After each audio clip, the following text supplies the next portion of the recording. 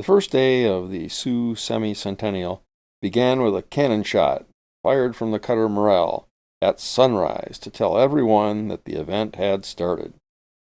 It was Wednesday, August 2nd, 1905.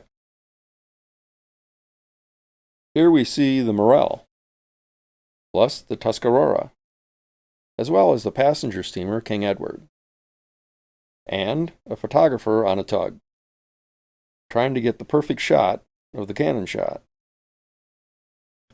Within an hour, the streets of the Sioux were packed with people. Here's a view of the canal park at 8 o'clock that morning. Folks are already gathering for the boat parade. The passenger vessel, Honesta, can be seen in the lower right.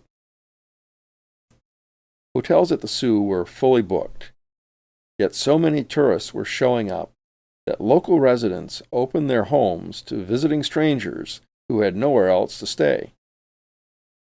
By 9:15 o'clock, a parade of steamers was crowded into the Po Lock. They were the Marigold, the Sumac, S.C. Chinook, Mackinac, Amaranth, Morel, W.H. Seymour, and Tuscarora. Moored above the lock, waiting to lock downbound, were the tin stackers, Princeton, A.B. Wolven, the Wolven's consort whaleback barge, and the John Owen, all with bellies full of iron ore. The parade was led by the cutter Tuscarora, with Vice President Fairbanks aboard. Standing with the Vice President was a special guest, Miss Betty Poe, the daughter of the late General Orlando M. Poe, who was a principal engineer on upgrading the canal and locks. Both the original and the modern Poe locks were named in his honor. As the Tuscarora passed the bust image of her father, the Vice President leaned over and congratulated Miss Poe, as did the Governor of Michigan. The parade locked up to the Lake Superior level and then headed over to the Canadian Canal, where they locked back down to Lake Huron level. There were boat whistles blowing and crowds cheering all the way. These folks look happy indeed. Of course, this was only the beginning of the celebration.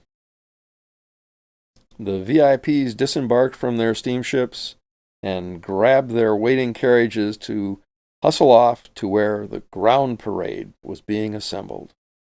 For you boat nerds out there wondering what are the vessels in this photo, they are James Fisk Jr., Wolverine, John Owen, Angeline, Yannick, Morel, Tuscarora, and the tour boat Fortune. At least that's all I could positively identify. Of course, the tourists had plenty of time to watch the lake boats pass before strolling down to the old Fort Brady Park. I like the straight-laced mother with her two daughters. "Come along, girls, pay no attention to those scallywag little boys." At the park where the parade would arrive, the conditions were far more picnic-like. Marching through the streets of the Sioux, the parade was led by Charles T. Harvey himself, who had been the man in charge of building the original canal and locks a half-century earlier. Still quite spry, Mr. Harvey led the parade on horseback. He was followed by the 1st United States Military Band from Fort Brady and a battalion of regulars. Then came all of the politicians and military officers who rode in carriages. Here we see the Vice President waving to the crowd. Arriving at the park, they formed up and gave quite a display. Notice the scallywag boys who climbed the lamp post to get a better view. Personal safety was a lesser concern in those days. Once the parade dispersed, the afternoon was turned over to the original settlers of the Sioux. Members of the Ojibwe tribe came in and set up a traditional village.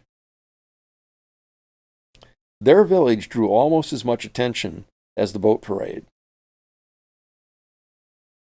Literally thousands of people from downstate, most of whom had never met a Native American, got the chance to learn that these are regular folks too.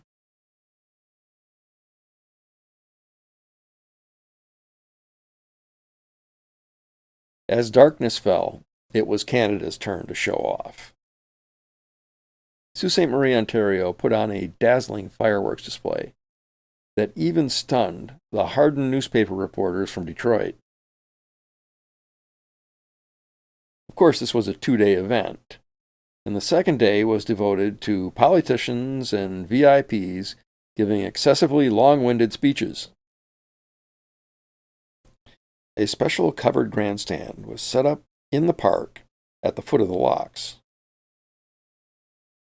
Of all the distinguished blowhards who spoke, and there were 2 sessions of long-winded speaking with a lunch break in between, the only one that was really worthwhile, in my opinion, was this man. This is Charles T. Harvey, the one who directed the construction of the first locks at the Sioux. His would have been a speech worth traveling back through time to hear.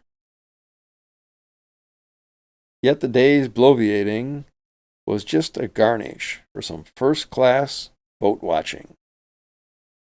Here we see the Maletoa entering the Wetzel Lock at noon. At the same time, the F.B. Squire, Francis Wilder, and Charlemagne Tower were locking down through the Po.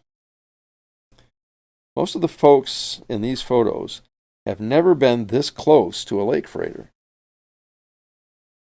Exactly like today, a Sioux Locks tour boat, packed with boat watchers, was running the same route that the tours take now. The only difference was that this tour boat, the Fortune, was steam-powered. Unlike today, however, any tourist brave enough could shoot the rapids of the Sioux River in an Indian canoe. The cost was $1, which is $30.87 in 2021 dollars so far. These commemorative items were published 2 months before the celebration and seemed like a good way to end this video. Although it was estimated that 10,000 visitors were at the Sioux, more than half left after the first day. Likewise, about half the viewers of this video left after the Indian village.